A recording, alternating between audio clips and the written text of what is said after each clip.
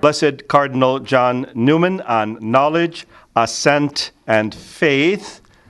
And curiously, Professor Noone begins exactly where we left off with Father Ford, the prologue to the Ordinatio of Scotus. Professor Noone.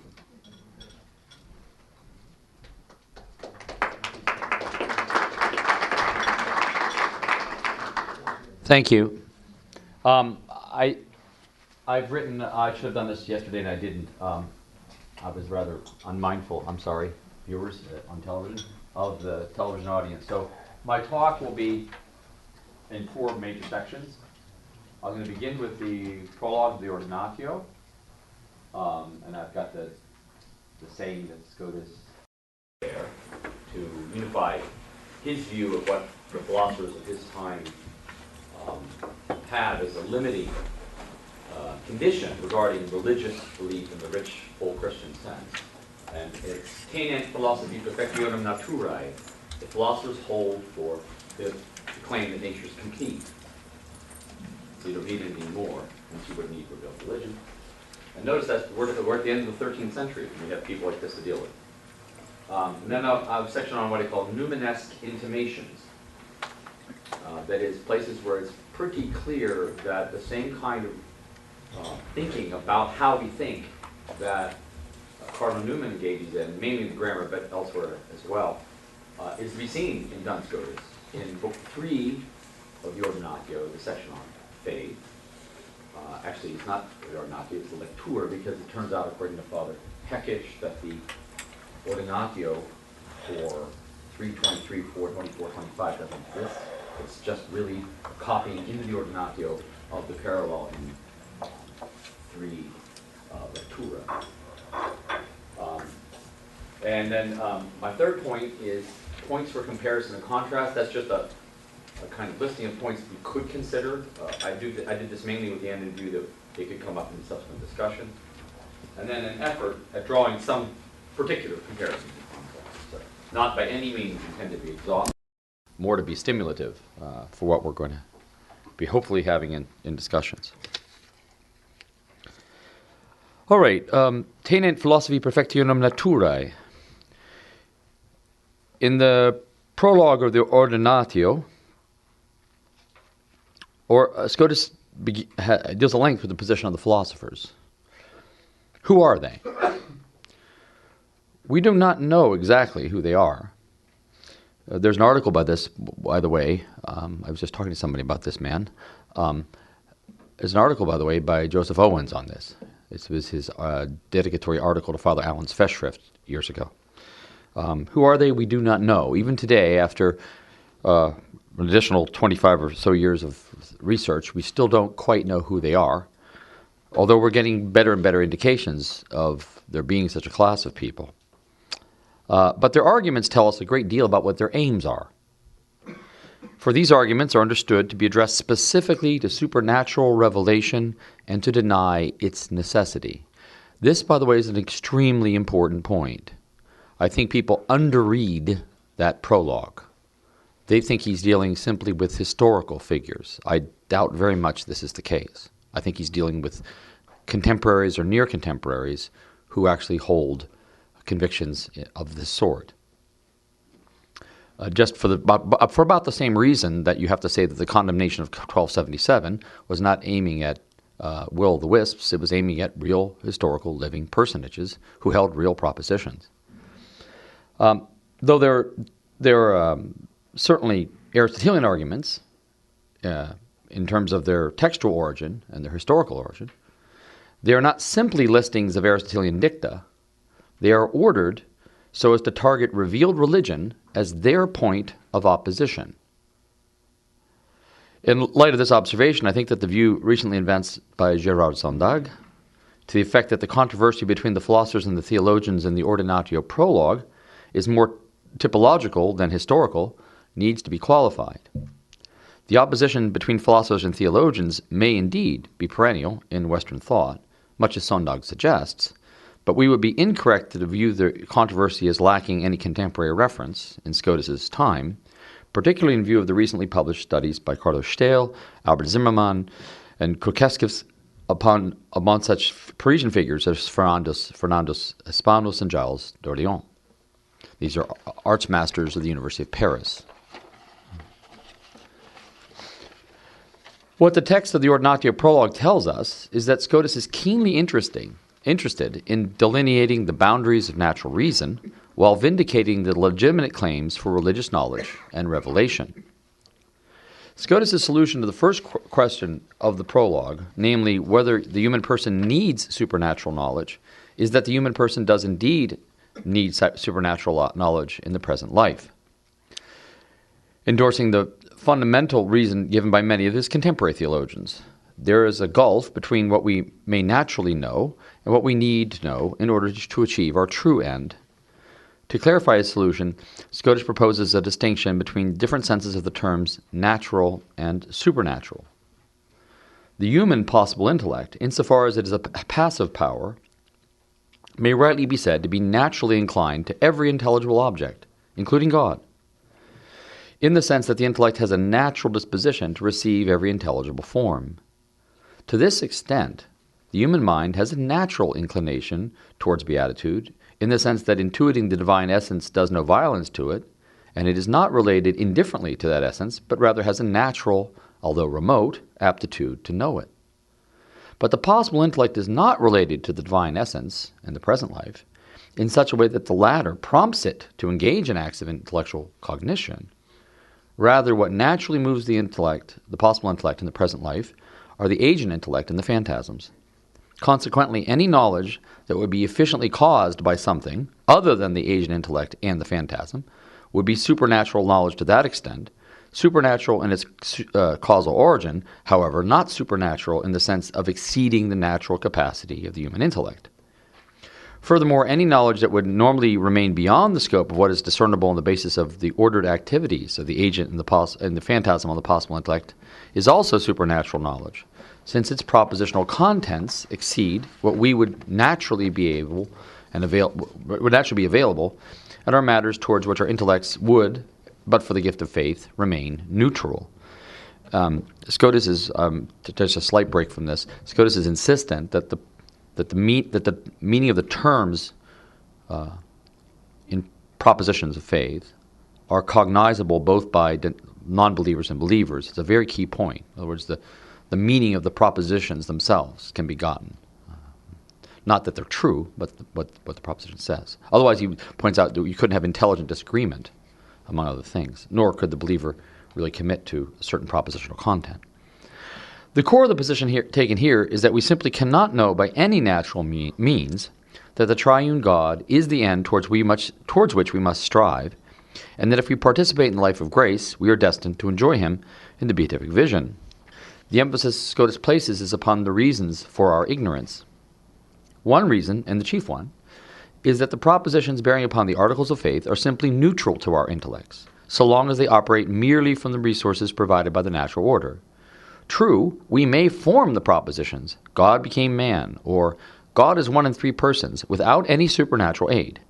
As Scotus points out, the non-believer and the believer, not to mention the heretic and the orthodox believer, must have the same propositions formed in their minds in order to communicate with each other and hence intelligently disagree. Awareness of the propositions, however, is one thing, and assent to them is another. The latter is possible only through divine assistance.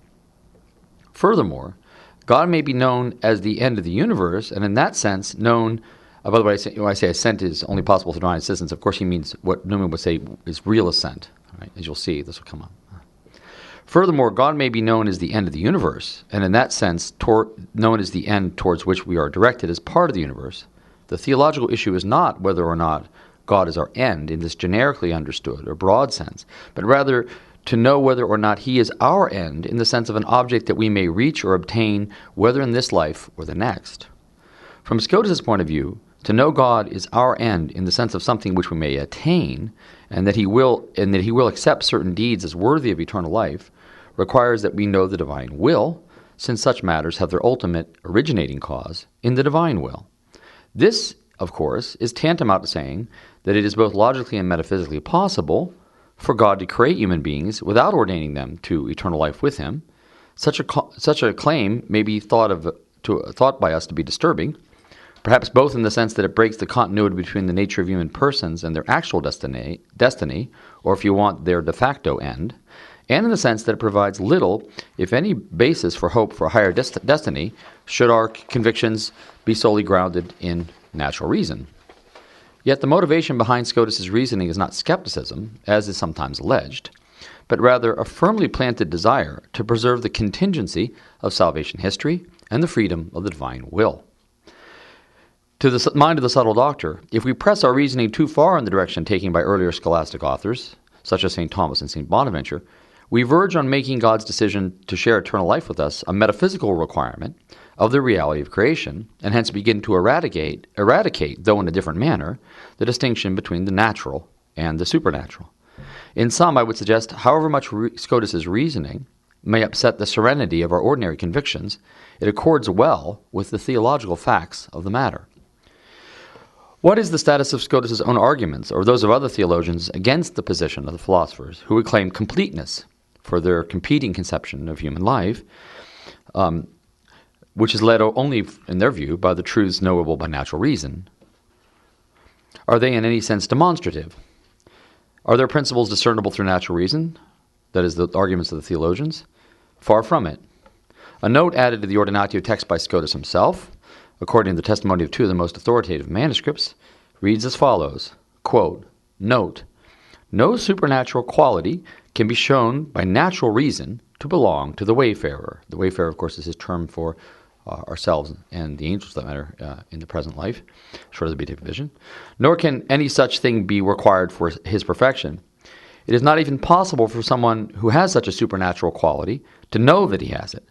Therefore, it is impossible to use natural reason against Aristotle in such a case.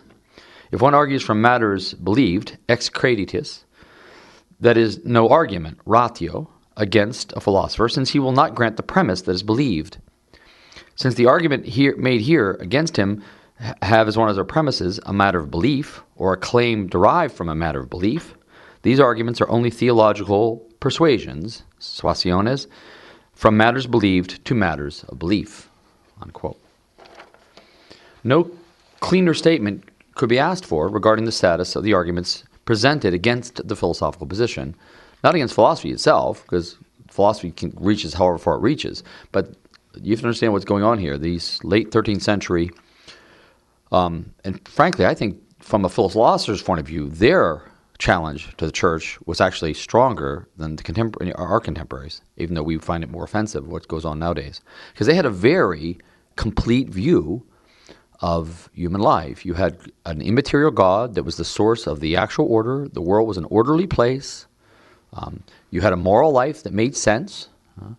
They didn't all think that the soul was immortal, but they thought there was a meaningful moral life. Religion had its role, albeit it was completely secondary to philosophy. This was the conception you have. This is so-called by Professor Van Steenbergen radical Aristotelianism, neo-Aristotelianism. It was really a competing way of looking, and Scotus has identified what was keyed in it. The idea was that all you had to know were naturally knowable truths and work them out to their philosophical fullness, and you had everything you needed to know to achieve the only kind of happiness that human beings ever could or would achieve, namely the life of moral and intellectual virtue in the present order. And this is what he means when he says Tenet, Perfectionem, Naturae.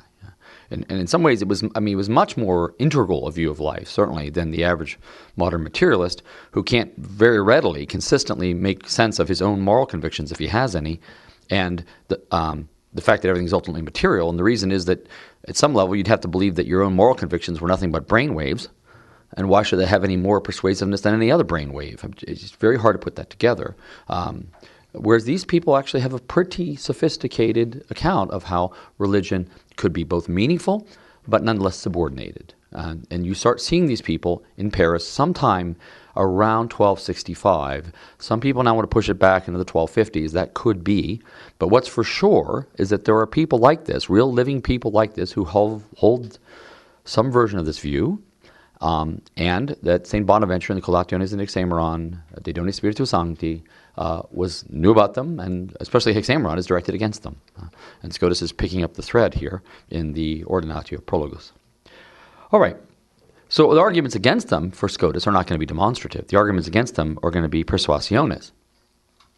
And they're ultimately grounded in principles that belong to faith, that is, belong to the supernatural order. So that's his position on dealing with philosophers more generally. If you try to deal with them simply in their own terms, you're only going to be able to make appeals to them by appealing to, by pointing out the limits of what they've reached. That's legitimate, he thinks, and then appealing to the greater depth of the religious teaching. But then you're explicitly pointing to a truth of faith, and you're arguing from one truth of faith to another truth of faith, showing its coherence and hopefully showing its appeal. But those arguments are not themselves philosophical demonstrations. Now, this next section is called Newman-esque intimations. This is where I turn to Book 3 of the Sentences commentary. In Book 3 of his commentary on the Sentences, recently published as Lectura 3, we find a precious treatment of the concept of faith by Scotus at distinctions 23 through 25. The text is remarkable since it is the longest ex professo discussion of faith in the entire corpus, but also because it is apparently the only such text available to us. The Ordinatio parallel is unavailable, as the Roman editors tell us, since the text reproduced in the Ordinatio manuscripts is simply a copying into the Ordinatio of the relevant sections of Lectura 3, and the genuine Parisian reports, which we're editing down at Catholic U, stop, as Scotus himself apparently did, at Book 3, Distinction 17. Just a little historical note about why that would be true. That was true because on June the 25th, 1303, Philip le Bel, Philip the Fair in English, made everybody who supported the Pope leave Paris. Since Scotus supported the Pope, he also had to leave Paris, and apparently that's where he was.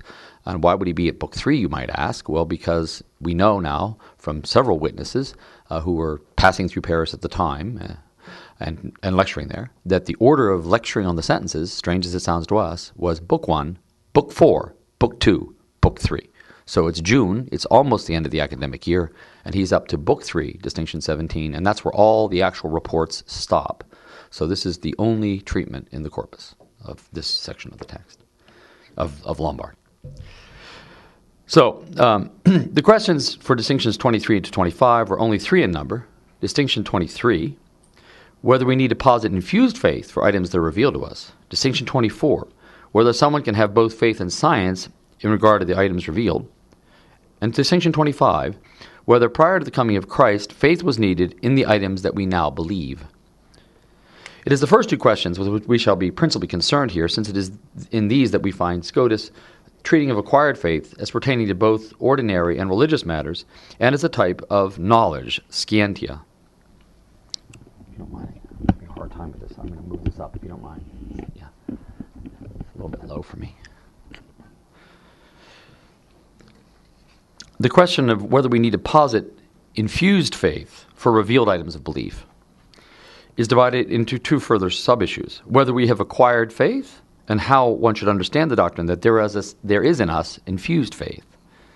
Scotus unqualifiedly asserts that we have acquired faith in revealed truths, that is, we have the habit of believing those truths through an act of will combined with an act of intellect. Basing himself upon Augustine's writings, Scotus argues that just as we trust the Church, so too we would believe the writings of the Church declared by the Church to be authoritative, much as we are disposed to believe historical claims by well-known authors. Quote, but then, even if there is not any infused faith, I would believe by acquired faith the stories of the books of the canon on account of the authority of the Church, just as I do believe in a certain way other stories written down or related to me by famous men. Unquote. What Scotus does next to bring home the point that one might believe even truths of the faith without necessarily possessing the supernatural gift of infused faith is to introduce two examples. And this is quite interesting because he's going to give you examples of people having acquired faith who aren't at least Orthodox Christians. One's going to be a Jewish person, he thinks a Jewish boy raised by Christians, and another one's going to be a heretic. These are going to be his examples. The first is that of an unbaptized Jewish boy brought up by Christians. Such a boy might believe and firmly hold. Crederet et haereret. He would believe and he would hold fast. All the same things we Christians believe. Quote, just as I believe by acquired faith through hearing others, such as parents, whose truthfulness I trust, that many ages have passed away, and that the world did not begin with myself. You can think now, of course, of our friend Cardinal Newman's England is an island. And I believe, thanks to the report of persons worthy of trust, that Rome, which I have never seen, apparently never went there, so too I hold the things revealed in Scripture through faith, acquired through hearing these things, thanks to my trusting the Church, which approves the truthfulness of these scriptural authors. So this is Scotus' analogy for how plausibly a Jewish boy, unbaptized, and hence couldn't have infused faith, might really believe the truths of the that were taught to him by his Christian parents or teachers. The other example that Scotus mentions is that of a heretic, who initially believes all of the truths of the faith, but eventually comes to doubt the Trinity. Such a person continues to believe, after his lapse into heresy, the other articles of faith with acquired faith, since there can be no question of his believing those retained articles through infused faith, inasmuch as infused faith is incompatible with any sort of heretical belief. The upshot of this for Scotus is that we do not need to posit infused faith in order to explain why we believe the articles of faith firmly and without fear of being wrong, ut homo firmiter credat, articulis revelatis, et determinator ad aliam partem sine oppositi formidine. Acquired faith is above opinion, though below science. And here he is on acquired faith. For acquired faith, quote, for acquired faith is above opinion, which holds to one side of a contradiction with fear of the other one being true, although it is nonetheless below the level of science, which flows from the evidence of the scientific object. For I believe, quote, that the world, this is in propositional, that the world did not begin with myself, unquote, not for the reason that I know it came before me, for there can be no science, according to Augustine, of things in the past. Nor do I simply have an opinion that the world came before. But I firmly hold to the proposition the world came before me through acquired faith, from the hearing of others whose truthfulness I firmly believe.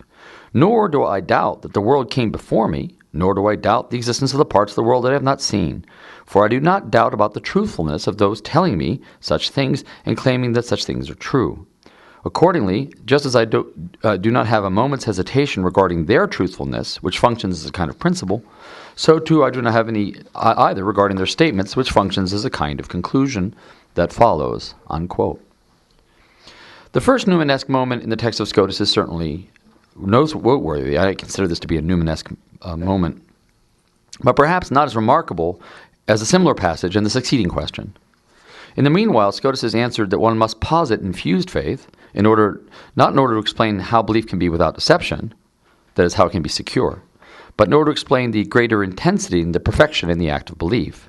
The position Scotus takes is that one may know that he has the habit of inclining him or herself to believe something not evidently true, but cannot know that he or she has true faith in such a way as to know that the faith is true, that is, to know it scientifically. Instead, he or she must believe that they have infused faith. The question now becomes whether someone can have faith, fides, and knowledge, scientia, of the revealed truths themselves. As we saw yesterday, Scotus here gives his overview of science in the strictest sense. But just before he does that, he outlines two other forms of knowledge that may be called scientia, or science, in a broader, though less proper sense. Quote, to the question posed, I answer in a different manner, that scientia, science, may be understood in the soul in many ways. To be in the soul in many ways. In one way, every knowledge, notitia, which is with conviction, is called scientia, science, and thus is consistent with faith. But the question here in dispute does not ask about scientia in this sense, for not only about revealed things can there be science in this sense, by our relying upon testimony of others, and so it would be consistent with the faith, but faith itself, in this sense, is science, just as is clear from Augustine on the City of God. So notice this. He's identifying acquired faith with a science of a certain sort. Likewise, there can be even formal assent, a sensus formalis, not only through credence by relying on the testimony of others, but there can also be assent just as if it were to a truth known, although not for the same causes, namely not from necessary evidence. About such an assent, the philosopher speaks in the 6th book of the Ethics. Notice, by the way, like our friend Cardinal Newman, the 6th Ethics is figuring in here. If you remember the end of the Grammar of Assent, this is what he talks about as being analogous, right? He appeals to prudence as being analogous, right? And he has a little sub-commentary on Book 6, that section of the Book 6. About such an assent, the philosopher speaks in 6th Ethics, claiming that someone endowed with intellectual habits says something determinately true and assents to one part of a contradiction, just as someone assents to a demonstrated conclusion. And so the faith whereby we assent to one part of a contradiction determinately would be science, according to the philosopher. And in this way, infused faith and science about revealed matters would be compatible at the same time, for science is not understood in its proper sense in this fashion, unquote. The first of these more general ways of understanding science, improperly, of course, compared to the one we saw yesterday, is clearly the same as what Scotus described in the previous question as acquired faith, and in a state that can attach to either matters of religious belief or historical and everyday matters. The second of these broader meanings of science is equally clearly the knowledge obtained through infused faith. This would mean that the kind of knowledge gotten even by perfect, that is, by infused faith, may legitimately be called science because of its truth, promptitude, and certitude. The appeal Scotus makes to Aristotle's intellectual virtues in the Nicomachean Ethics would not be understandable in any other way. Points for comparison and contrast. So now I'm going to just briefly sketch out some points that we could explore, and then I'm going to do a little exploration of my own at the end. In approaching Cardinal Newman's writings, I'm going to confine myself to the work An Essay in Aid of a Grammar of Assent. What I would like to draw our attention to immediately is the scope and the purpose of this work. The title does not indicate any proclivity towards religious assent, though it is that type of assent that Newman ultimately wishes to consider. Rather, the work as a whole wants to examine assent in general and to see what transpires in the case of religious assent as relating to a more general phenomenon. Indeed, Newman's oft-repeated example of a case of knowledge through illative sense, namely, Great Britain is an island, is deliberately a non-religious example, whose point is to have us realize that the assent we give to that proposition is real, though not based upon demonstrative or apodictic reasoning. Much of the first part of Newman's Grammar of Assent is devoting to building up a vocabulary of analysis regarding propositions and what we would label propositional attitudes, that will only achieve its intended purpose in the second half, where more mundane, but from Newman's point of view, more germane propositions are at stake that prove analogous to the case of religious assent. Let me run quite briefly through the distinctions he makes. Apprehension is the first notion considered and is divided into notional and real. This follows upon his claim that apprehension is the, quote, imposition of a sense on the terms, unquote, used in a proposition. The precise meaning of the term sense here is not clear, but it is perhaps best understood as the aptitude of terms to refer to concepts or things, that is, to what medieval logicians would call supposition. Since Newman speaks of terms standing for ideas or things in the same passage.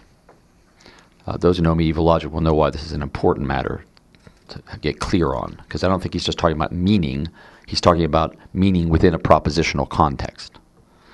The subject or predicate may stand for what is abstract, general, and non-existing, as he tells us. If they do within a given proposition, the resulting apprehension is notional, and corresponding assent is also notional. By contrast, real propositions have terms standing for individual things, and the grasp of individual things is what is involved correspondingly in real assent. Real propositions and real assent have to do with things communicated or grasped through experience in their concreteness, by direct sense encounters, or through images. The two modes of apprehension are compatible, being found in the same individual minds and both ultimately arising from sense experience, but they differ considerably in their force and their impact on the individual human mind. Newman's examples contrasting notional and real apprehension are quite revealing. They are based upon the same Latin sentences being understood by, in the first case, a schoolboy, and a poet or a historian, and in the second case, by a schoolboy and a soldier. The first sentence, Dum Capitolium scandet cum tacita virgine pontifex, when the priest climbs the Capitol accompanied by the silent Virgin, is notional for the schoolboy, but real for Virgil. since he is pointing to the actual practices in which he has participated, and real for a classicist, whose training lets him, through his imagination, grasp the scene. The second sentence, dulce et decorum est pro patria mori, to die for one's country is both fitting and pleasant, is once again notional for the schoolboy, but real for the soldier, who knows death on the battlefield and the honor of dying for one's country. Assent, the central topic of the grammar, is the unconditional acceptance of a proposition. One of the main points Newman makes in this regard is that although assent presupposes apprehension and normally inference, the assent itself does not admit of degrees and hence is not stronger and weaker depending on the mode of the inference. His phenomenological analysis is often at its best when he points out the disproportionality between assent on the one hand and inference and argument on the other. The same holds true of his brilliant observation that real assent always involves personal commitment and judgment. Real assent, like real apprehension, is keener and involves the concrete. Notional assent involves notions, not things. The two may be hard to sort out, not least because an individual may initially have a notional assent to a proposition and then, under changed circumstances, a real one. A point that is worth observing prior to starting upon a comparison and contrast with Scotus is Newman's distrust of abstraction and his apparent nominalism regarding universals. Under the influence of Hume's treatise, Newman describes real apprehension as, quote, stronger, the more vivid and forcible, unquote. This is verbatim David Hume, this phrase. And of course, he tells us he read Hume. Just 2 pages earlier, we find the following description of general ideas. Here's the quote. And by the way, those who might be interested, the philosophers who might be interested, I can show you not only text and other passages, but I can show you in Whately's Logic, of which he was quasi-co-author, the same doctrine of universals is to be found. Quote, all things in the exterior world are unit and individual and are nothing else. But the mind not only contemplates those unit realities as they exist, but has the gift, by an act of creation, of bringing before it abstractions and generalizations where they have no existence, no counterpart out of it, unquote. No fundamentum in re, to quote Thomas Aquinas. I don't think this can be fit into metaphysical realism of the medieval sort. All right, an effort at drawing some comparisons and contrasts. If we start with simple apprehension in the scholastic sense as our point of departure, we might think we could readily align Scotus's terminology and teaching with Newman's by merely rendering equivalent Newman's notional apprehension and Scotus's cognitio abstractiva and Newman's real apprehension with cognitio intuitiva. But actually this won't work for several reasons. First, notional apprehension involves grasping the universal largely from the mind's own inventiveness, whereas abstractive cognition has to do with legitimate eidetic insight. In Scotus's thinking, the basis for such acts of apprehension is the common nature. And we can see from the discussion of abstract knowledge, as we can see from the discussion of abstract knowledge in the case of Christ, there are both natures and individuating principles within the ontological constitution of any given created individual. Scotus's ontological foundation, in other words, for universals is quite different from Newman's, and so too are his beliefs about what would be the mode of such apprehension. Still, we may rightly say that Newman and Scotus share the understanding that in notional, to use Newman's language, or abstractive cognition, the presence and the absence of the thing cognized does not enter into the picture. Initially, the alignment of real apprehension with intuitive cognition appears more promising. Both bear upon individuals and concrete facts, and both seem to be irreplaceable for allowing us to know what is actually the case. A moment's reflection, however, quickly dismisses this facile identification. Intuitive cognition always has the thing as existent and present as its proximate object. Real apprehension can occur, for Newman's terms, real apprehension, can occur in matters historical, where the proper items can never be grasped as present and existent. As we can see in the case of the historian, who enjoys, according to Newman, real apprehension and assent regarding ancient religious practices, but only through his imagination. Furthermore, Newman's tendency to allow real apprehension in the case of images or eidetic representations, apart from direct experience of the items, would never be countenanced by Scotus as an instance of intuitive cognition. Images of the imagination are representational for Scotus, and for that reason do not target the thing as existent and present. So it's quite a difference. So I would suggest that it is not in their accounts of idiogenesis, their philosophical psychology, or their outlook on the ontology of universals and individuals that Newman and Scotus approach each other. Rather, it is in their thinking that the concrete has a richness in it that abstract thinking cannot exhaust, and in their insistence that our real assent to faith is paralleled by a type of preparatory thinking analogous to what we use in making everyday decisions and forming normal everyday beliefs. Thank you.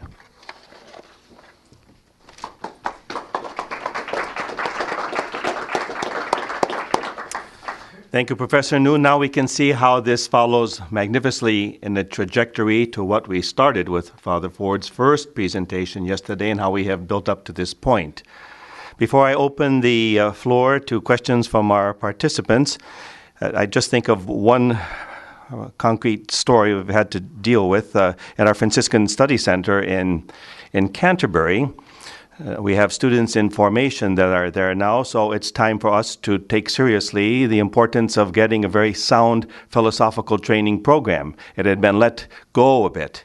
So to make a long story short, Father James instructed me to look into this, and we have a campus right in our backyard, literally, about 25,000 students.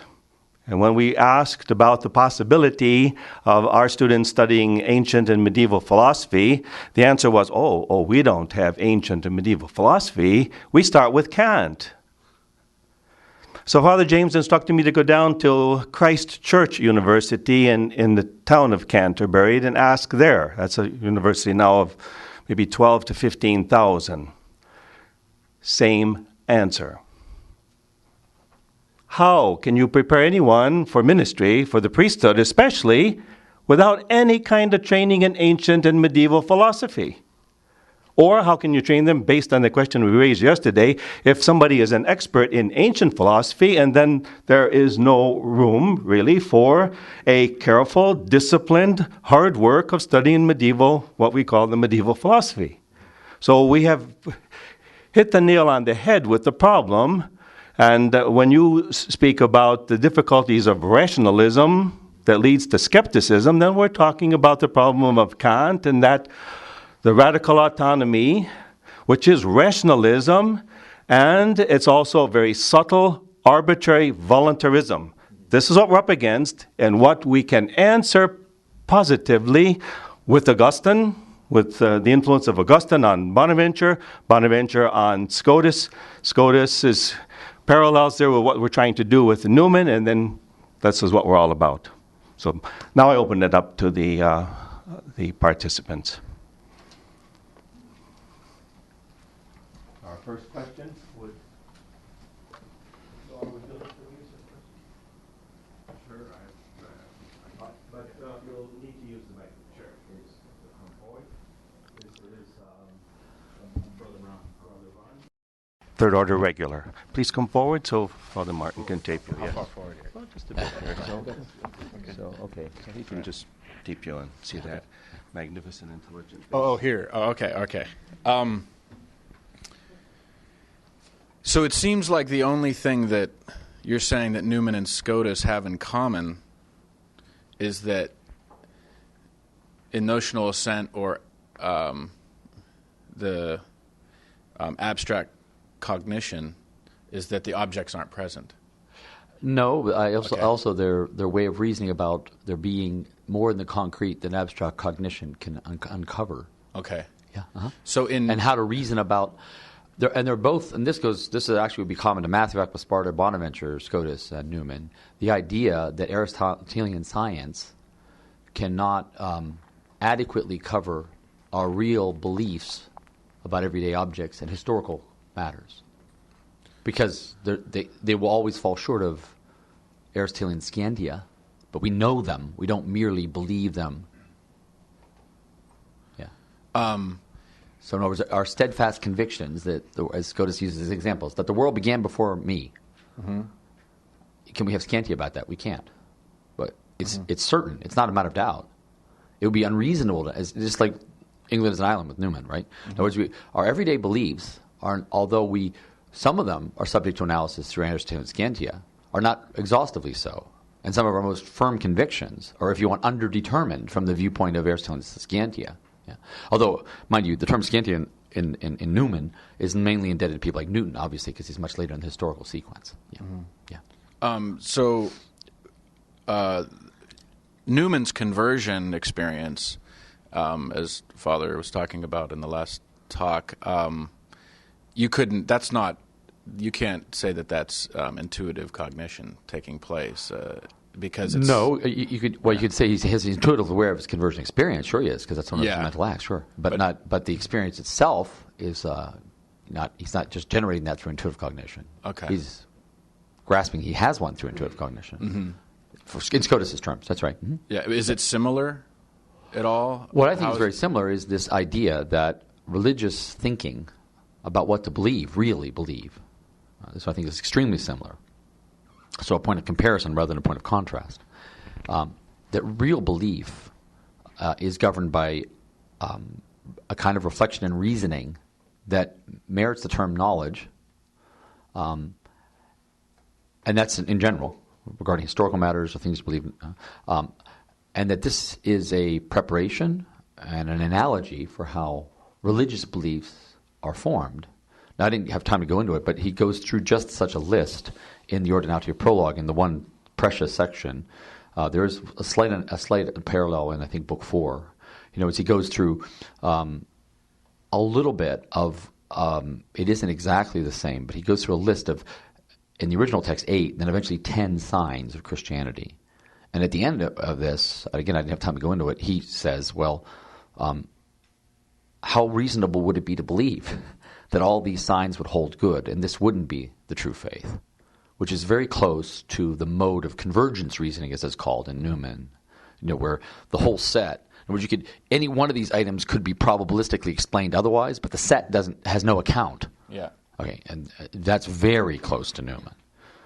But unlike Newman, he doesn't have any he doesn't have an analysis of that way of reasoning. He just lists that you do it, and gives little hints about how it works. There's nothing like this either on this quite at this level in Matthew. Matthew just simply points out the reductio ad absurdum thing, right? Matthew says, well, look, contracts aren't going to work.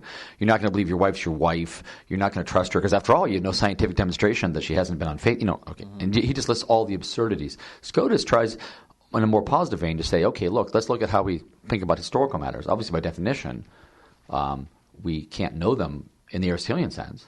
So if they don't fit the description of scientia in the highest sense, but do we just notice he says, I don't doubt them. And I know them, skio, not cognosco, not I'm aware of them, skio, right? And then the next question, in science in the sense, in faith, are they compatible? He says, in effect, they're the same. If you want to talk about acquired faith, and my knowing, for example, the world existed before I did, you can say, I know it by acquired faith, or you can say, I know it. And in that sense of know, they're the same. Yeah. So it's very similar. Now, of course, this won't get you to infused faith and belief in the supernatural articles in the rich sense in which, a fully formed Christian would, but it gets you pretty far along that road. Yeah. Alex has a question, philosophy major. Yeah. Thank you, Dr. Noone. That was another interesting presentation. I just have a couple questions of clarification again.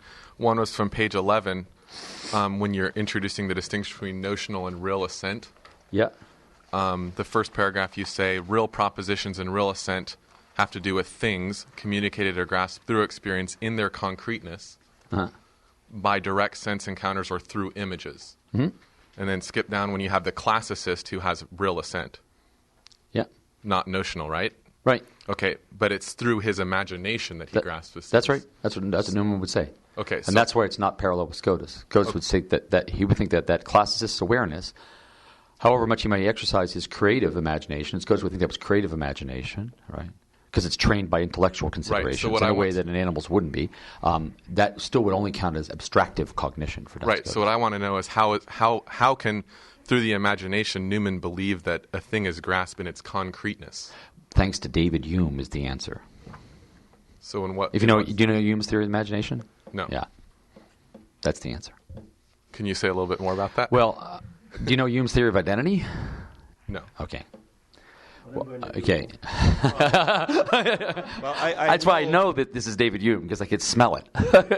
Having taught Hume for years, I could just smell this. So, I don't wish to cut this off because this topic is leading into something that deserves a proper examination of Hume's thought.